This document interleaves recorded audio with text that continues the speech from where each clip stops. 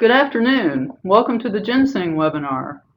I'm Christy Cassidy with the University of Kentucky Center for Crop Diversification. If you have questions during the presentation, just type them into the chat box at the lower right corner of your screen. The Center for Crop Diversification's Brett Wolf and I will reply via the chat box to general questions. We'll be saving questions for our speaker until the end of her presentation. Today's webinar is brought to you by the Center for Crop Diversification and the UK College of Agriculture, Food and Environment, and by the Kentucky Department of Agriculture. Our speaker today is Lucio, Marketing Specialist with the Kentucky Department of Agriculture, who's in charge of the Ginseng Marketing Program at the KDA. Enjoy the presentation.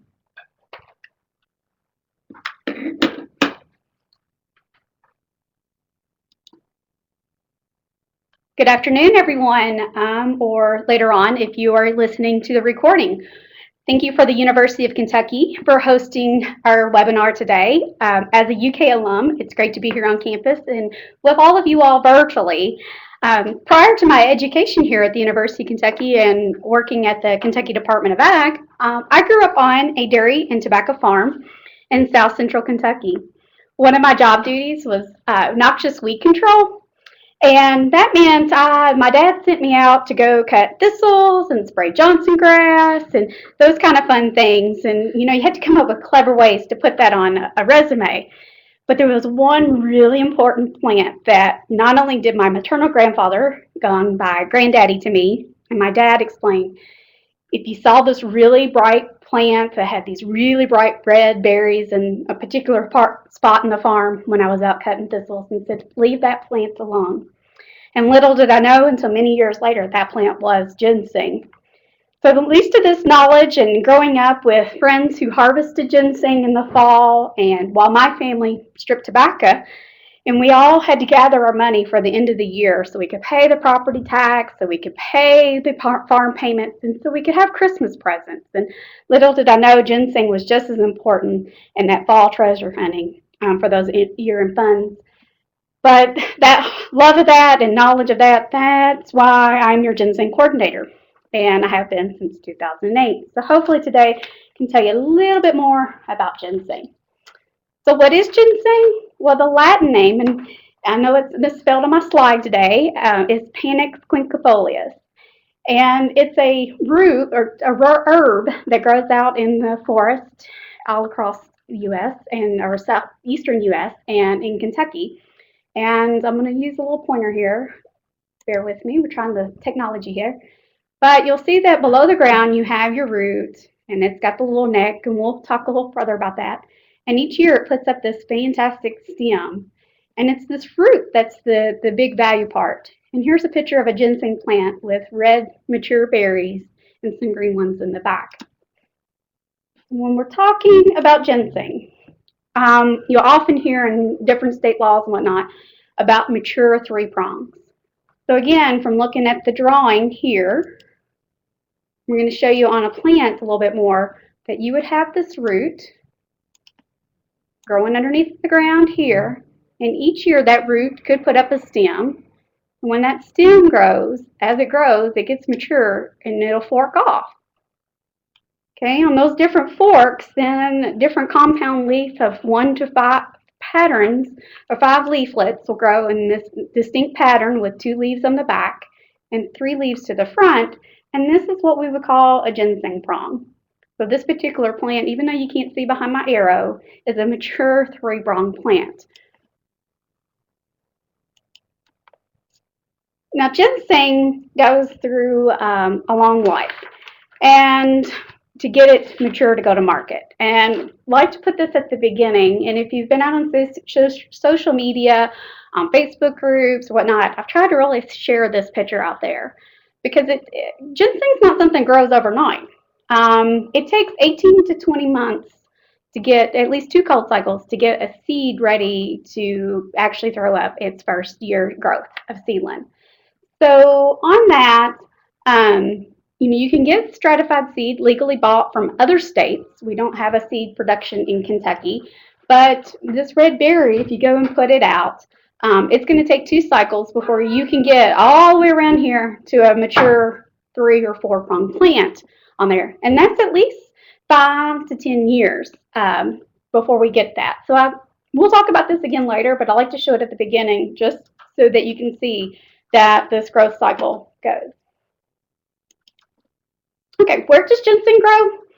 Well, for Panax plincifolius, it is on the eastern seaboard. And this picture comes from the USDA plants database. And you can see that Kentucky is one of many different areas that can have it, of the native distribution of Kentucky. And if you look at a historical picture of this, it's a little bit, it seems like it's expanded out, and I would gather that has been because of cultivation over the years. So of those states that you saw on the map, Kentucky is one of 19 that can legally export wild ginseng. And I'll talk a little bit about laws.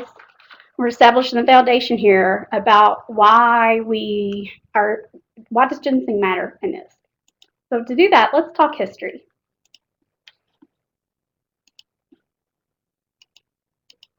So we have folklore all over, but in ginseng history, we have folklore in Chinese, in China, in Korea, and of course here in good old North America.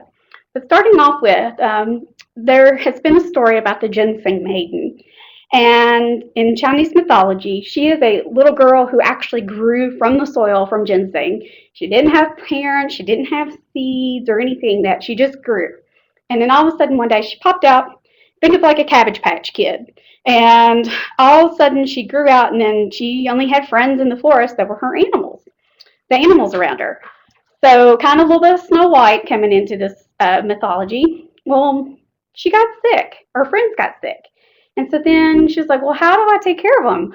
All the things. So she traveled a lot, and she went around, and finally she traveled to get that medicine, and that medicine ended up healing her friends, her animal friends, and that reward was that from here on that ginseng would be beneficial. So since she had this altruistic and just good nature about herself, then she was going to be able to forever, any other ginseng plant was going to be a healing item.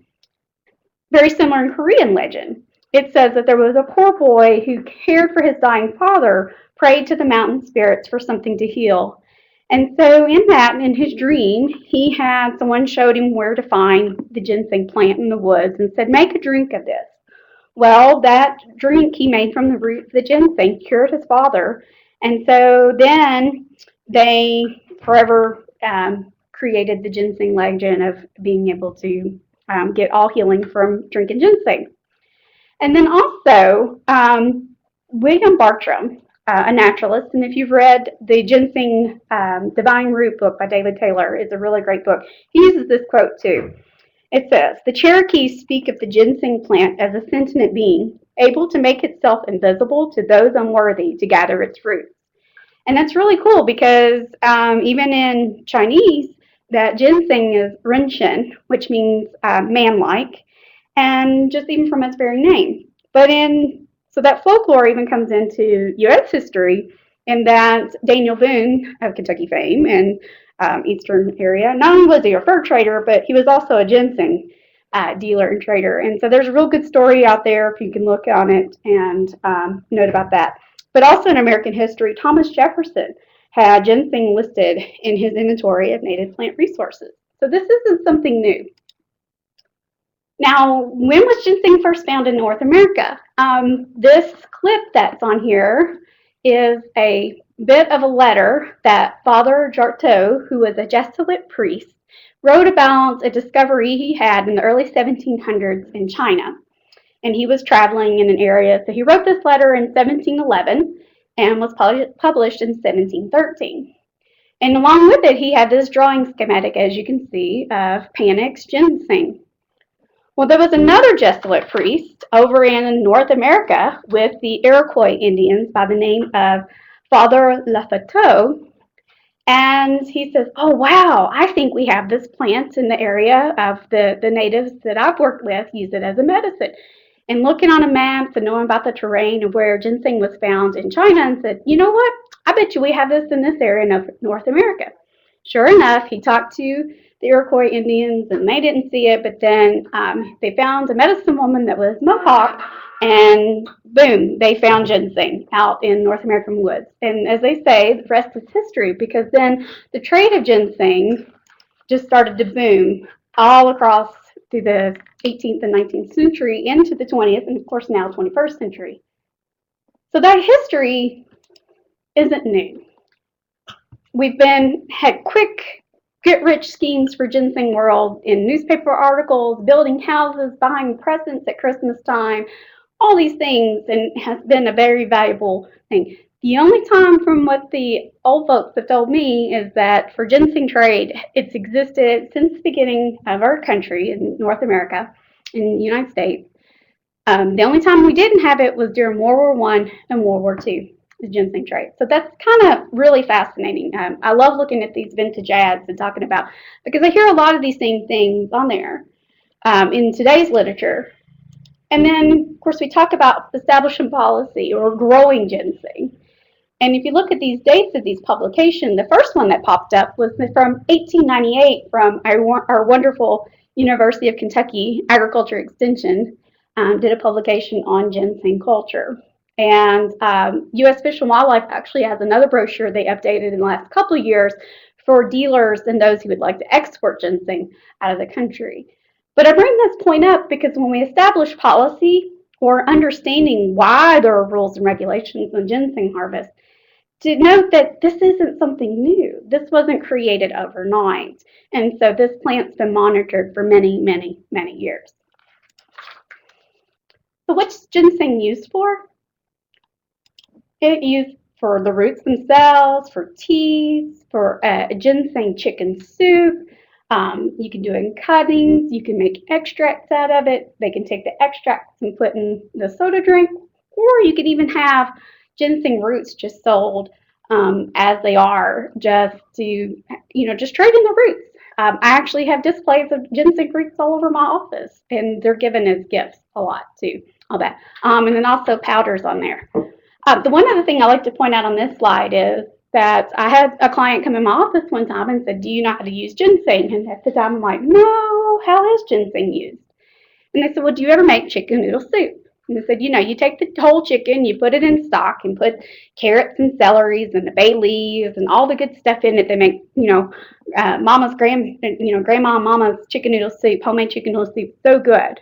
And I said, well, think of all that and just add a ginseng root, and then you have ginseng chicken. So it's just really neat that we have. So the benefits of it. So is there anything coming out of there? Who knows for sure, but there is some possible Western research that does show that ginseng does have some legitimate promising things. Now, with traditional medicine, it's considered an adaptogen, so you don't use it all in itself. It's used complementary with other things. So ginseng itself is not going to cure cancer, but it may help cancer research or your cancer treatment to work more effectively. So you see some of the other things that are on this screen on there. But, and this is Western medicine on there. And the big thing to note about Panax quinquefolius, which is American ginseng, is that it's considered cool, whereas red ginseng and Korean ginseng and Asian ginseng, Chinese, that's considered warm. And so, and Eastern philosophy and medicine, you have to balance all this out. So that's why Kentucky ginseng and American ginseng is so good on there. Now, people say, well, what are the actual compounds in that root that people are looking for? Well, those are just synthesites or saponins, are those biologically active constituents. So there is something in there that really is, that can work. And I have a really cool quote here from Chinese legend. It says, ginseng is the child of lightning. It blends the yin and yang, darkness and light. And that just really speaks a lot to me on this. So we get into policy.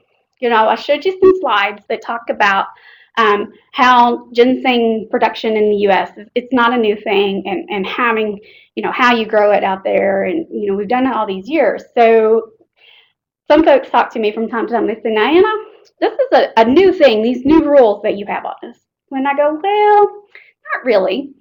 For the United States, ginseng has been listed on the Appendix 2 of CITES. CITES being the Convention on International Trade in Endangered Species and Wild Fauna and Flora, that CITES acronym. Ginseng was listed on that Appendix 2, and Appendix 1 are going to be your endangered species, Appendix 3 or some other that are species that are of concern. But Appendix 2, you have to show as a state program how we aren't going to impact the wild harvest, or if we have a wild export of it. So, what we're doing isn't detrimental to the plant, and if it is, then we have to show how it's not going to be detrimental. So, that's something really important on there. So I mentioned those 19 states earlier that have, Kentucky being one of them, that has a wild export program. So this is all the states that legally have a wild export. And you'll see Michigan there, and it's not lit up, or Maine or some of the other states that, ginseng does grow there, but they don't have a wild program. They may have other programs or not, but for Kentucky, we have, traditionally a wild state on there. That doesn't mean there's not any cultivation going on. It just means the bulk of it is just simply wild collected. So Kentucky's program. It was originally established in 1982. Back to that CITES, when it was listed on there, it had to be put on, each state who wanted to have a program had to establish it through their statutory ability through the states. And so Kentucky's was put in 1982. Kentucky also traditionally leads the wild production of ginseng. And that's because we have the eastern part of our state is still pretty much, woodlands and wild areas to go in on there. Of course, in our program, we have to show that what we do is not detrimental to the wild populations that's out there. So I like to throw this again because we talked about at the beginning the life cycle of it. So we have those berries that are red. Then we have seeds. So those berries take at least 2 years before those seeds are going to germinate. And then we have to age it. And, it takes 7 to 10 years to get a minimum market age. And we're not talking legal age. We're talking minimum market age. So I like to reemphasize that as we go on. Okay, so Kentucky's program. What are we responsible for?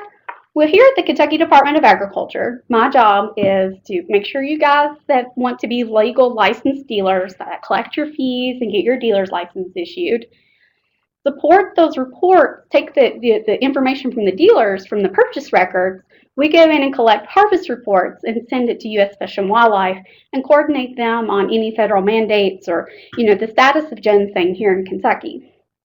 Then we also partner with the University of Kentucky with the Robinson Center Station to conduct our plant monitoring program.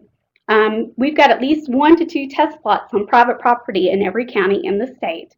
And we go in at least every 5 to 10 years and do a count on, and by the graciousness of those private property owners. And no, we don't release that information out there.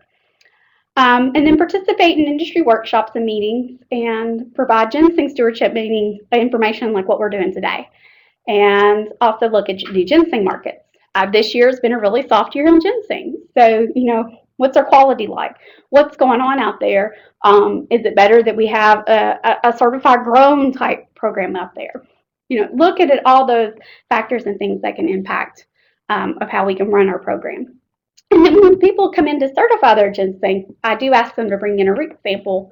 And so then we go in and count and see, what our average size is. And I can get, again, snapshot of what the quality of the ginseng is coming out of our woods.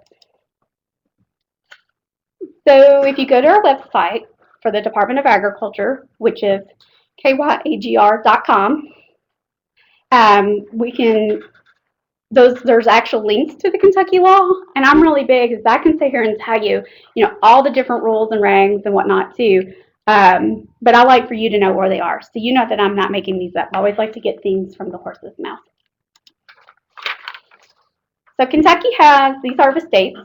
You can legally start harvesting in Kentucky on permission, the property that you have permission on, September the 1st, and it goes up to December 1st.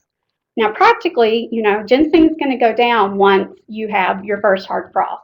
I've seen it as late as mid to the 3rd week in October, but that's in an area that really didn't get a hard frost at that point, or we hadn't had one of those nice little hurricane winds and heavy rains that knocks the tree cover down and then breaks off the leaves of the ginseng dying. But then you have a harvest season and then a buying season. So our buying season for Kentucky for green starts September the 1st. And then dry ginseng, once it's dried down, it can be sold starting September 15th up to March 31. And these dates are annually. It doesn't change by like third week of the year. It is September 15th as of this year, 2016. And then ginseng dealers have up until April the 15th every year to get those ginseng paperwork certified. So we updated our law in Kentucky in 2011, and a lot of folks go, oh, well, why? Well, there was a lot of research that came out and said, you know what, our legal harvest date at that point was August 15th, which it is not now. And, you know, ginseng only reproduces by that seed, by that berry. So that's why I like to point out how long it takes for that ginseng seed to become a mature, marketable root. If you look at my slides, you see on August 15th, 5 days before legal season, most of those berries weren't ripe. And if the seeds aren't getting ripe and getting planted back, then what about our future ginseng? And it's not going to be tomorrow or next year when we notice this. It's going to be 5, 10, 15 years down the road that you really start seeing the impact from this. So that's why it was really important for us to move that harvest date. And, you know, maybe we have a really early fall and it changes. Well, you may do, but you can't regulate or go in and enforce rules that say, hey, when berries are mature. Because if that changes from year to year, then it muddies the water. So that's why there's these firm dates and whatnot. And so consistently across the ginseng area, it's September 1 nowadays. And you could go to the American Herbal Products Association for all 19 states. There's a nice little brochure that explains what the different harvest seasons for all that. So when we're talking on this and generally rules and laws, I'm talking for Kentucky. So in Kentucky, we have a minimum age of harvestable ginseng by law. It's 5 years and 3 prongs. And I'll go in and show you just in a minute on how you age the ginseng for counting the scars on there. But, you know, I talk a lot about what's our minimum legal age. Well, constantly I have buyers that come through my office to get their ginseng certified and dealers. And they say, Anna, these roots are too young. They're legal age, but they're too young for what they can get. You can go and buy a 5 to 10 year root on the cultivated market, you know, that's a pretty decent quality all day long. For wild ginseng, the market prefers roots that are 10 years and older. And I don't make those rules, and our rules say 5 years, but that doesn't mean you're going to get top dollar for your ginseng. So how old am I? And I think Dr. Burkhart may be in on our webinar today, and if he is, hello out there in Pennsylvania or wherever you are. I love this picture because it's a really good way to show on there. Now, ginseng, every year it puts that stem up and dies back in the fall, and then it'll put this nice little bud. Let me get where I can point this to you all. A bud scar that'll come up next year. Oh, wait, it's here. Sorry. The ginseng, here's the big ball of the root, and here was the small picture of it. So each year it puts up a stem that grows, and then that stem's going to fall off, and it's going to leave a little scar and then have next year's growth. Well, every time there's one of these scars, we can make a good estimation at least how many years of growth that ginseng plant has had, or that root. And so in this case, this root is at least 25 years old on there. So ginseng production. If you Google images out there on different types of production, that this is from the 20s, the wood lathe, like a ginseng garden. This is also wood lathe. It's a little bit more modern. And this would be ultimately a modern ginseng farm. And what I love about this picture is that if you look, it's like, oh, it's really white right here. So how is the sun coming in? Now, from a dairy farmer perspective, the dairy farmer's daughter, I'm thinking, oh, I can take the shade cloth from my dad's barn that he doesn't use anymore because we built a barn to keep the cows cool and just put a ginseng patch out there. Well, actually not maybe so simple, because ginseng has a certain amount of light it likes, anywhere from 75 to 90%. You'll see in different publications of what the optimal amount of light is for a ginseng plant. Well, this shade cloth is so awesome that it's getting the morning sun and not the hot afternoon sun, because that's what ginseng likes, is that morning sun. So, and you see this is really close in production. There's plant over top of plant, which to me, if they're touching, This is the inner city ginseng production method, and this would be field-grown, tilled soil cultivated with the highest input cost. What you see in Kentucky looks a lot more like this. And I had to think about it for a bit, but whether this was ginseng that was actually being managed on whatnot. And my ginseng pictures, I apologize, are going to be summer and green, not the fall when you want to harvest. Because when I'm out in the field, it's more in the summer and the spring of the ginseng. So this is not only is it legal to harvest, it's not even the season of it. And so you may see a lot more green berries and those kind of things. So more pictures of ginseng, what you typically see in the understory of Kentucky forest. So I'm going to give you about just a couple seconds here to look. And if you want to post like, hey, I found it. But there is one ginseng picture in this plant. In this picture. One ginseng plant in this picture. I said my words wrong. So now if you were out in the woods with your friends, if you've never been ginsenging, you'll go, oh, I found it. And it just never gets old. Even if you've seen 100 plants in one day, you never get sick of seeing ginseng once you get bit by the sing bug. Just a couple more seconds. Middle green arrow, y'all think right in here or right here? Left of the sapling. Good eyes. So you may see a bunch of lookalikes in the woods. So if you have good ginseng eyes, you can spot the ginseng. And so sometimes it's just kind of hiding out there, and that's typical of what you're going to see in Kentucky. Look at ginseng pictures as it grows and matures. So these would be what I call babies. On this part is 2 saplings. The first year grew seedlings, 2 little baby ginseng plants. And then this one would be officially a 1-prong plant. So you've got, what were those in the picture of the lookalikes? Okay, this was Virginia creeper. Yes, it was. Thank you, Brett. Geez. Let me keep going. So here's a 2-prong plant, and these are all officially 2 prongs. You'll see there's one little stem coming out of the ground, and this one would be called what I would call an immature 2-prong. So you see here we've got 2 leaves and 3 leaves, so that's a full set of 5, and this one only has 3 leaves on it. And same thing with this really yellow one in the fall. So you got 2 of the baby leaves. This is a 1 full mature prong, and so is this one, and the rest of them all are. And also, if you see where I'm pointing, leaves of 3, leave them be, and that is poison ivy. So many folks do get that while you're out in there, and you can tell this difference because the leaves are a lot shinier. They have the urushiol oil on them.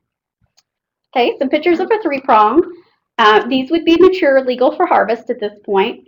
And what I love on this one, this is a fully mature 3-prong plant. So you'll see there's 5 leaves on here. Your blooms and your seeds are going to come up here from the middle. This one's got 5, this one's got 5, and it looks like this one only has 3. So I would call that one an immature 3-prong. And depending on where my soils are, whether I would harvest that or not, it just depends, because I'd rather leave these to grow and seed. Now these are the mature, full adult ginseng plants, and they're all 4-pronged. And hopefully they're producing berries and babies underneath. So here's some pictures of ginseng roots that are harvested. There's a background story to this, and unfortunately the gentleman whose hand that you see has since passed away. But I had a good friend in high school, and we talk about things we're going to do, and I'd go, oh no, I got to strip tobacco in the fall. And she's, well, that's okay, I got to go sing myself.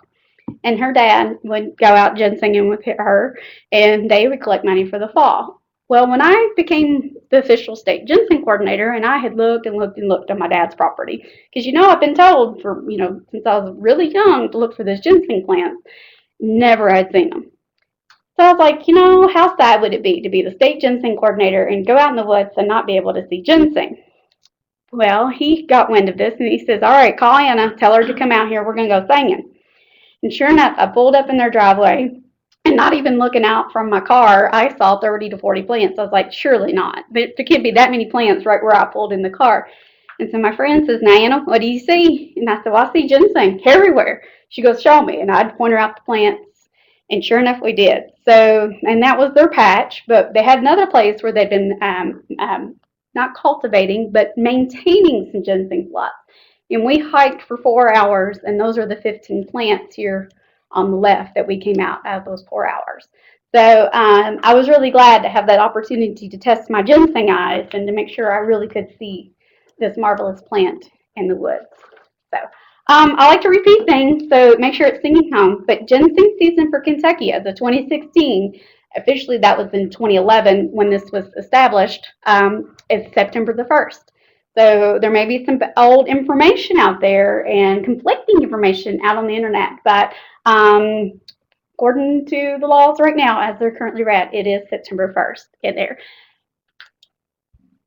So when you go to harvest, you want to get top dollar for your ginseng. And I use that a lot because, you know, you can do all kinds of things that are legal, but is that going to get you the best money for your ginseng? So, you know, some folks use a garden tool that has like a little fork prong at the end that you would use to maybe pull out dandelions in your yard, or a screwdriver. Ultimately, my favorite thing and what most folks say is a pickaxe, because you want to come out further about a foot from the ginseng, and there's some really good harvest videos out on YouTube. I highly recommend. But what you don't want to happen is to literally to cut your root off or to slice it on there, because at that point it's only valuable in the powder market.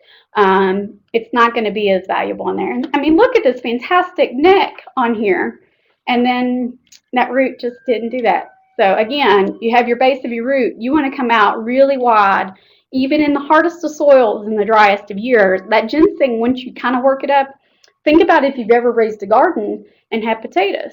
You know, you don't want to fork your potatoes. Well, you don't want to fork your ginseng roots either. And so here's a good example that you've got a lot of the little baby fiber roots coming out. You've got your advantageous root that comes off the side. Got a little bit of your stem and your bud scar for the next year. So it all starts with careful harvest, not only legally digging a legal or marketable age of root, but then taking the time and doing it right. And trust me, I know it's hard, because you get out there and you see a plant and you're like, oh my goodness, I got to dig up this ginseng plant. And I'm in Kentucky. Ginseng hunting is like adult Easter egg hunting. So, you know, you want to get the best value that you can on there. So then, okay, once you've harvested well, what do you do? Well, now on this talks about the dry market, okay? So if you dry your ginseng down, you want to dry it carefully, slowly, but not so slow that it molds, but then you also have to wash it, okay? So you want to leave this fiber, all these little pieces that are on here, and you want to leave the necks and all these little side roots on here. You don't want to break up the ginseng. And then you also want to wash it under fresh water, but don't use a toothbrush, don't use high pressure, and don't scrub it. So if you see here, this is too blonde, this is too dark. And it's like if you've ever read the Berenstain Bear book, where he goes in and buys the hat. It's like, well, you want to get it just right when it comes to on there. And it really does make a difference. Now, I said this slide talks about dry ginseng harvest. So if you're selling to the green wet market, in the last year that the buyers preferred it not to be cleaned at all, because that affects the shelf life of the ginseng. So that's where you get to know your licensed dealer and decide what they want for market and where you get the best price on there. So your green fresh ginseng, you can always start selling September the 1st each year in Kentucky. So those drying's more do's and don'ts. So once you want to go and dry it, you want to lay it out in a nice flat layer. You can use where you buy a bulk soda, or just a shallow cardboard box, a copier box lid, something like that. Line it with newspapers if you want, or some folks use a restaurant rack or a bread tray rack if you've got a lot of ginseng to dry. You can use a dehumidifier in the room, but don't be careful if you ever go to put any kind of heat to it, because you can cook the ginseng and that's not good. Do not microwave it or try to dehydrate it down in an oven. It will literally cook it and it stinks and it will turn to powder, and you have wasted all that time of growth and harvesting, and it's just don't do it. But you'll see one thing when you microwave, or if you dried it too fast, it just kind of pulls away from the center. And this is just not good quality ginseng. And if you take that to your dealer, they're going to say, thanks, but no thanks. I can't do anything with it. And if they can't sell it, they're not going to buy it from you. So your dry ginseng in Kentucky, you can sell that starting September the 15th, and that'll go up until March 31st. And that's to a licensed Kentucky dealer. And that's how our program is set up. So that's why. And it doesn't matter for Kentucky, ginseng is ginseng, regardless of the production method. But we do talk about wild because that is the bulk of what comes out. So let's talk age on the ginseng plant. So if you'll see on the left, okay, there's 4 little bitty roots on there. They were all immature. And my scale goes down to 4 decimal places. And you see I've got another root. I don't have a picture of it, but it's a good characteristic of a good quality ginseng root. It may be washed just a little bit too much, but this root's valuable. You're going to get a good price on it. This root, you should have just left it to grow. And then some folks say, now, when I went to harvest that ginseng, I had all this little stuff come back up in the soil. Okay, that happens. Put it back. Let it grow. So here's some more examples of that. And if I recall, there's about 16 roots on the left. And they don't weigh hardly anything. And I've learned to put quarters beside my pictures. But you see this one's really good. Now this fruit on the right could have been harvested a little bit better. There's a little breakage here, a little bit that. It looks like it may have opened up the sunlight and had a little growth on it. But still, this is going to get you a better price than this any day. And it's not just strictly weight. You also have to look at the characteristics of your root when you go to market. And because this is such a big thing, I've got a third slide to show you the exact same thing. So lots of little roots, one big bulby root that would be better. And if this one had a longer neck and a little bit of fiber, it'd be even better quality. By the end of the day, this is 100 times better quality than this. We don't want to see what's on the left at all. Now, you want top dollar for your ginseng and have something what we consider a very special root. This particular root and this particular root are actually hanging up in my office. So these will be very good examples of quote-unquote trophy roots. This one also, ginseng has its main growth bulb on it, but then on the side, they'll have these other sucker roots, water roots. The technical word is adventitious, and I'm probably not saying that correctly, but this is just an amazing bit of that because it has grown long and slow as this root over here. And how can I tell? Because of these rings that go horizontal. If it had grown really fast, it would be slick like a carrot. And it's hard to tell in this picture, but this doesn't have as much growth on, it's grown a little faster on this. On there. So you want a root that's a really special root that's going to be what I call, like I said, a trophy root. These would be examples of those. Now these are some other ones. Now again, we're talking about those really slick lookingness of it. This is a really slick different root, but you can see that it's got a lot of growth rings on it if you were able to count all this gnarly different neck parts of it, and it had 2 stems growth of energy going into this. But not only is the root not broken up, but they've come out really carefully at all this fiber, and this is a fresh root in the picture. But it's got all this stuff, the fiber. It's not broken off. It's just a really good quality root on there. If it had a little bit tighter growth rings, horizontal versus not so spread out, they were tighter together, that'd be even better quality of a root. But this was the root that a dealer ended up selling on the fresh market. And certified individually. And this one, even though it's a little octopus looking, it's another good example of a good quality root. So man isn't the only thing that affects ginseng harvest. And I would think I'm not doing due diligence if I don't run through these really quick too. So if you look at the Wild Ginseng Conservation website, which I think is coming out of West Virginia, with some of their research. And there are other factors that do affect ginseng in addition to man. And I do have some good examples of deer browse. Turkeys, if they eat the seeds, it's not good. The question out there on invasive species, I know some people that, I think it came out of New York that I heard in a recent workshop, that garlic mustard and ginseng together was actually beneficial because the deer wouldn't eat the ginseng that was in the garlic mustard, so it had a chance to grow on there. And again, these aren't things that are set in stone. It's just, things to be concerned of to say, hey, maybe we should take a look at these if they are affecting on there. When we talk about deforestation or habitat loss, this one's probably the one I've heard the most of. So you have some property back home, so to speak, in the woodland lot, and you decide to build a vacation cabin or build a good logging road up to your favorite hunting site to get your four-wheeler or your four-wheel drive to. And it never fails. They do it right on top of the ginseng patch. So if you do have ginseng on your property, make sure it's in your family deed or something else so that if something were to happen to you, that other folks have a way to find out where the ginseng is on your property, so that historic knowledge does not get lost. So those things that we talked about, how do we address those population pressures? Well, encourage hunting facilities for meat processing. Keep working to get that multiflora rose and Japanese barberry garlic mustard. Again, the garlic mustard that, some people have a different perspective on that. Multiflora rose that you can always go and find some old interest on old property. So, we've not always made the best choices in agriculture and conservation. So, when you go to timber, don't clear cut, and be careful that you don't open up your canopy too much because that's going to make your ginseng grow too fast if you have too much light, or it could do it on there. So what if you really have to replant something? Then contact me and we can talk special use permits. But for a permit change in the land use, it's not something we typically issue, but we do have a little bit of a mechanism. But unfortunately, we are the government, and then there is a little bit of red tape you have to go on that.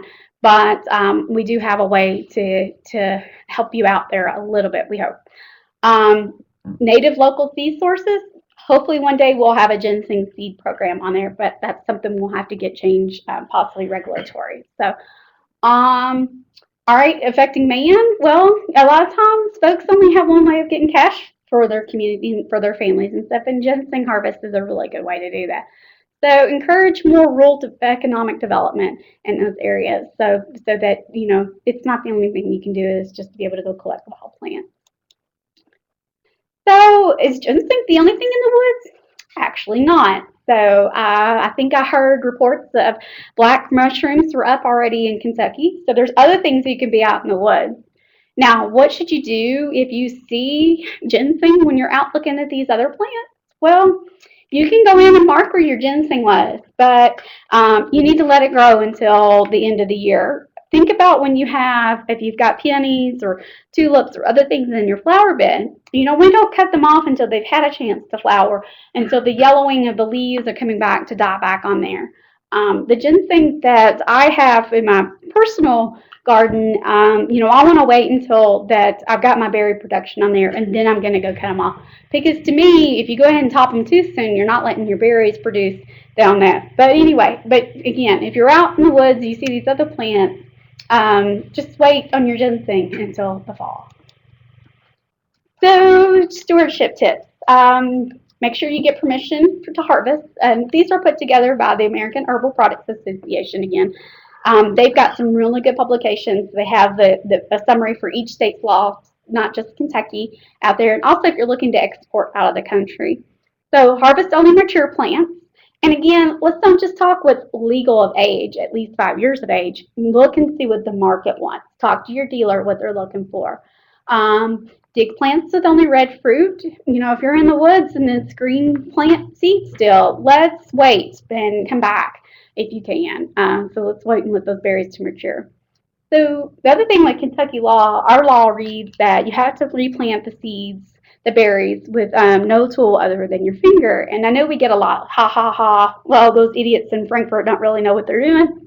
The reason for that is so if you go in and dig too far, you're not going to get the seeds to grow. You're going to affect your germination. So this was a really simple way to kind of convey not the 3/4 to 1 inch. It's like, oh, you just take your finger and punch the seed in a little bit under the leaf litter. So because most people have a tendency to plant it too deep. So that's the common sense part of why our law reads what it is. So, of course, if you're digging and little plants come up with the big plants, put them back in that same spot. Report illegal harvest and illegal sales, and the more details you have, the better we can act on that information. And of course, encourage more cultivation of ginseng. And so we come back full cycle. Ginseng doesn't grow overnight. It does take a few years to almost a decade to get a marketable plant, or even a minimum age out there. And so I just like to reemphasize, just when you go in and dig those babies, you really have cut yourself short on there. And I know we've gone over a lot, but I think we're ready for some questions. And hopefully you all have learned a little bit through this. So if you'd like to type your questions into the chat box, we will be sharing all those with Anna and be happy to answer whatever you have on your mind right now.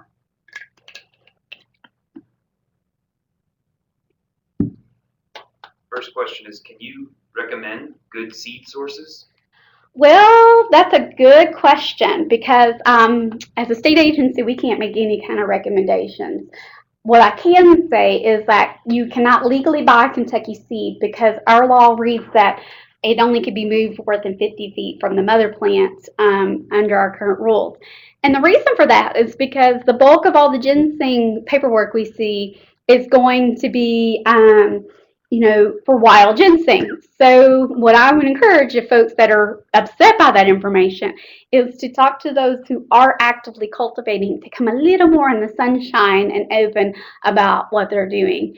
So I know there's quite a few out there. I would just Google ginseng seed, but unfortunately I don't have any I can recommend. The next question looks like, what's the value of ginseng? Anytime I say that, my ginseng dealers really get angry at me. But what I will say right now, the market is extraordinarily soft. If you can find a buyer and you've got good quality ginseng, I would encourage to go ahead and do so. I don't foresee ginseng markets for Kentucky. The U.S. economy is doing better.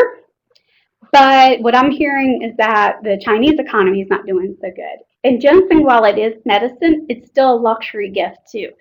So our ginseng economy is directly tied to all the economies in Asia. So I know we've had some good years on there. And I was quoted that for the 2015 ginseng season, our average Kentucky price per pound was $600. But that does not mean what it's going for currently. And that, you'd be surprised, you're not going to get that right now. When you say soft, the market is soft, what do you mean by that? What do I mean by that is that the market is not really moving whatsoever. So if you can find a buyer and you get offered something, there's just not a demand for ginseng right now in the overseas. Do you want to read them, or do you want me to go ahead? Is ginseng poaching a big problem, and who prosecutes that? Very good question. If you're having problems as a property owner with theft of ginseng, what I would do is make sure that you have good boundaries of your property. You either have it posted or you have no trespassing signs on there. And from the principle, don't say it's a ginseng problem. You would say trespassing and theft. Let's not think of it as a ginseng, oh, somebody stole my ginseng, because a lot of folks don't realize how valuable ginseng is. And I'm like, oh, you're asking, well, you're just telling me, you wouldn't give me a good value. Well, it depends on that. What I can give you is historical kind of data on there. But again, when you come into looking at what you have on your property, do a ginseng inventory, know approximately the age of your plants, where it was located, and those kind of things. If you want to put camera trails and all that, that's all going to help you to do it. Now, who prosecutes that? On a county level, it's going to be your county attorney and local law enforcement. But as a property owner, you would have to go through and push for that and get them to take you serious. Now, we will do support on our end, but we will not be the ones that would take it through court. Now, if it crosses state lines, that changes the whole legal ball game, because that gets into a potential federal situation on their Lacey Act violations and that kind of thing. So it's the equivalent of if they stole anything else off your property. Exactly. So no different than if you go in and steal somebody's tree on there. But the thing is you've got to know what's on your property to start with. And then the law enforcement folks are going to ask you, well, was it really clear? Because they could say they have permission to your neighbors. Was it clear when they crossed those boundaries? So that's why those things are all important. So you mentioned that that 3-prong was the point where it's legal age harvest. Is there such thing as a 5-prong, or is 4-prong the most, or does that mean anything? Fantastic question. I actually have a sample of a root. Now, I did not see the top of it, but I do have the neck scars to go by, and it has 5 stems that are 21 years of age on there. So that's pretty phenomenal. So the persons that dug it, quote, said it had 5 or 4 prongs per stem. So if you do your math, 4 times 5 equals 20 prongs. I have heard stories of 5 prongs to 7 prongs, double tops, double seed pods, and all that. And when those happen, it all goes with your soil type or how long it's grown and all that. So ginseng's kind of an interesting plant. A 1 pounder came out of Maryland last year. And if you look on the news, then that's quite crazy. So does that 5-prong, 4-prong, 20-prong, does that terminology carry any weight in the marketplace, or is it more so the quality of the root and is it going to be? Do you go and tell them this is a something prong root, or does that have like equivalent of like an heirloom vegetable or something like that, where that term carries some weight? That one of the plants that we saw the pictures of that was given to me green, it has 45 to 50 neck scars on it. And I know I've been offered $100 to $150 for that individual root. So again, that gets, when you've got something special like that, it gets into what I call the trophy root. You can go into Chinatown, other places, and you will see that on there. And people think, oh my goodness, I'm going to get $1,000 for one root. Well, those they don't happen very often. They're almost like the unicorn of there. And again, you can ask for anything you want, but that doesn't mean you can sell it. Okay. So I think the next question is about becoming a certified dealer or dealers. Do they have to come to Frankfurt? Is there a way to become certified or to certify that the roots are? I don't know. Okay, so Kentucky, the ginseng program coordinator is myself, and then of course our agency that does that is the Kentucky Department of Agriculture. Myself and another coworker are the only ones in the state that can certify paperwork. We don't really certify the roots in Kentucky. It's more of a paperwork certification. So, and we're pretty stickler on there. You've got to get your stuff done right. The only reason we don't have the other ones, like an extension office or something like that, is because the bureaucracy to kind of, those guys are over-earned out, overworked and underpaid just like we are. We've centralized all that where they had to come to Kentucky, to Frankfurt to do that. They can either do it in person by appointment or they can do it by mail. We have tried to do our best to do that. To make it on there. And, sometimes it may not be the convenient the day you want it, but we do our best to make ginseng our priority whenever it's on there. So like I said, I do have a backup if I'm out of town. We just have to make sure those schedules are all coordinated on there. You just can't, hi, I'm here to certify ginseng. Sometimes we'll do it, but we prefer to do that because there's other things that we have to be responsible for also in the state. So you're certifying the person, not the product itself. The paperwork. There's a paperwork process on that we go through and record all that of what we have to be able to send into U.S. Fish and Wildlife. We want to make sure. And then also, so let me back that. For Kentucky, the only persons who could legally buy ginseng for the purpose of resale or to export, which means to leave the borders of the Commonwealth of Kentucky, has to be a licensed dealer. For a Kentucky resident, that's $75. For a non-resident, that's $150. That license is always good from September the 1st to August 31st each year, calendar year. If you apply prior to June 30th, you're going to be a licensed dealer for that previous fall harvest season. So like right now, if you apply to be a ginseng dealer, because we're in March, you're going to be a 2015-16 ginseng dealer. If you want to be a ginseng dealer this fall, don't apply until July 1. And I'll have all the materials and stuff. Usually we have it out in hands by July 15th. So that's a credential or paperwork that I fill out as a person. You're not necessarily inspecting the ginseng itself. We do some ginseng inspections, but primarily it's that paperwork. And if you don't have your paperwork done right, we kick it back. And so as a producer or as a grower, it's the same process. Okay. Mm-hmm. So how sensitive are the plants to drought? That's a good question. I'm not enough familiar on production wise to know that. Is Sean in on? He may have better, it would be a better one to answer. Hang on, Sean's answering for us. He's our extension coordinator in um, Robinson Station that I coordinate with.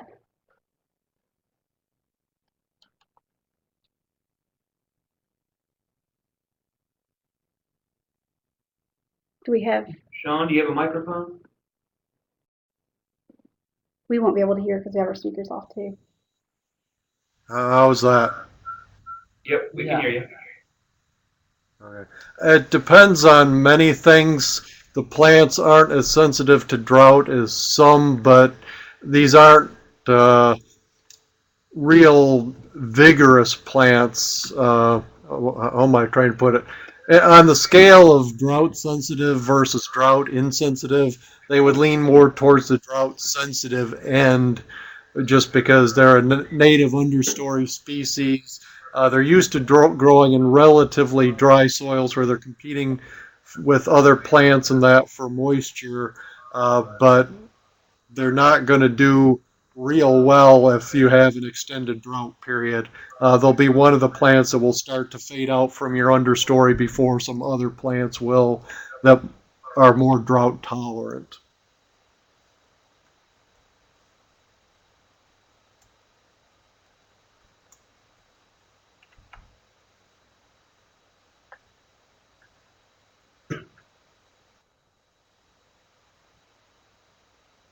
Okay, have we answered all the questions? Turn John's mic off. Does anybody have any more questions? We have time to take some more questions if you'd like.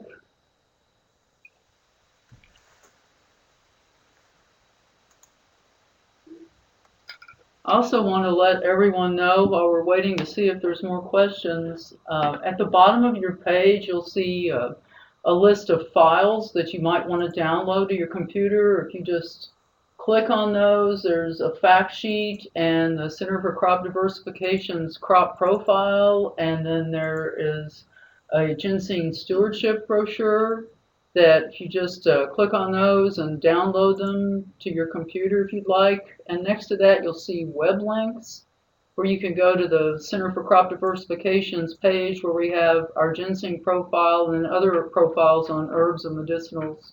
Also going to the ginseng marketing page at the Kentucky Department of Ag, and another link to, you can just click on these and browse to them, link to a page that includes a ginseng life cycle graphic that's really interesting.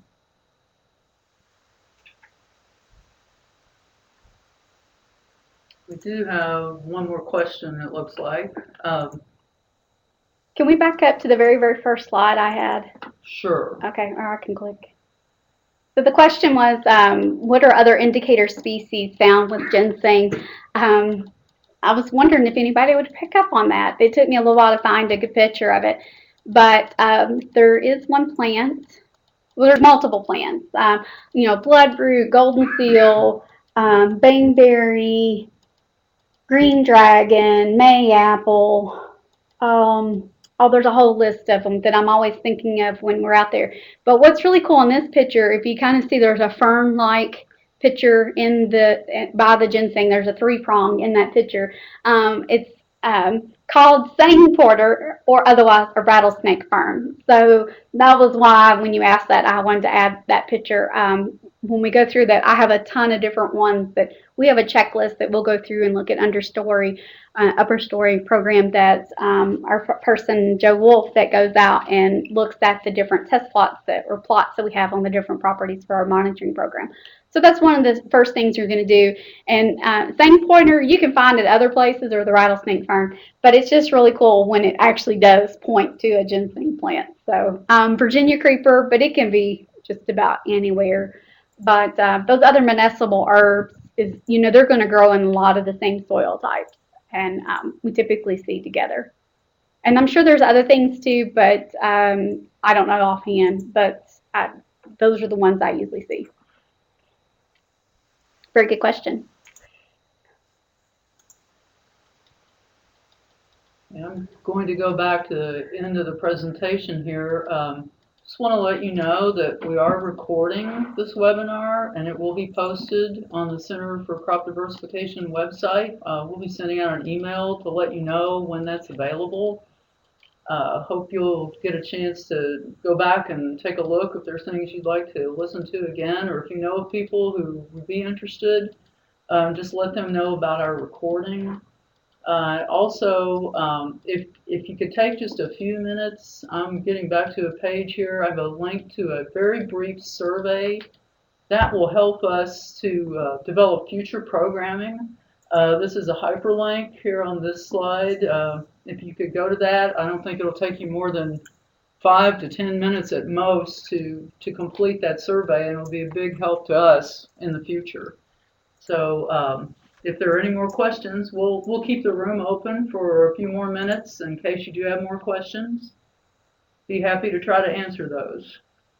I'll also point out that the Center for Crop Diversification has a new website as of the 1st of this year. This is where this will be posted. If you're looking for the Ginseng webinar, you can just, once we have it up, you can search for ginseng. You can also search for other wide variety of specialty crops on that site, and we have other webinars on hops and high tunnels and other things as well. So we'll make sure all the content's up, but we'd really encourage you to look around at our new website if you're interested in fruits, vegetables, ornamentals, ginseng, golden seal, etc.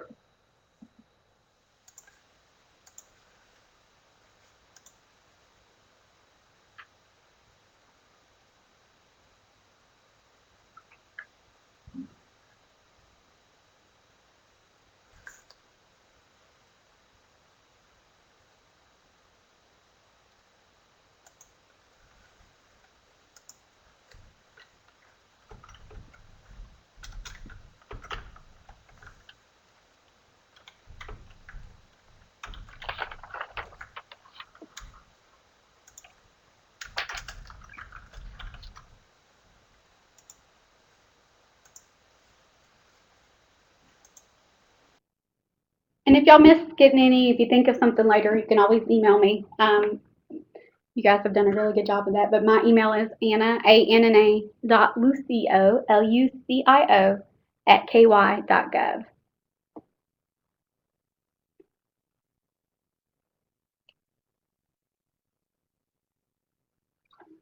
And I appreciate all you all coming out and listening today.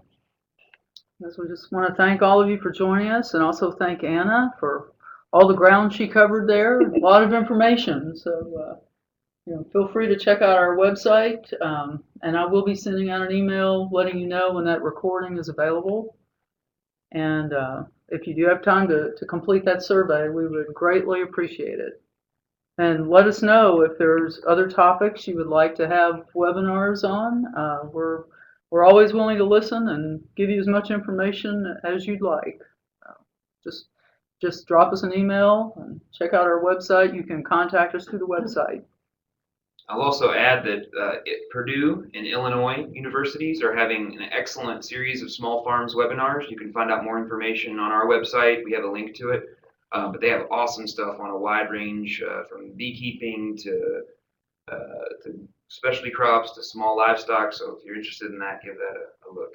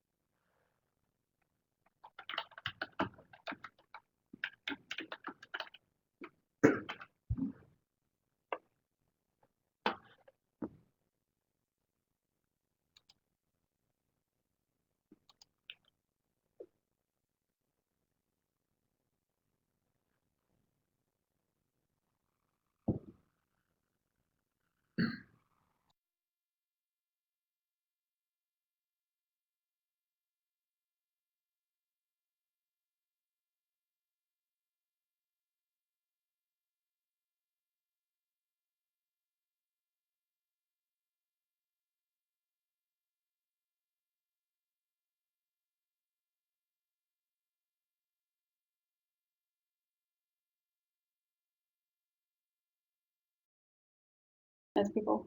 Thank you all so much for joining us, and have a great rest of the afternoon.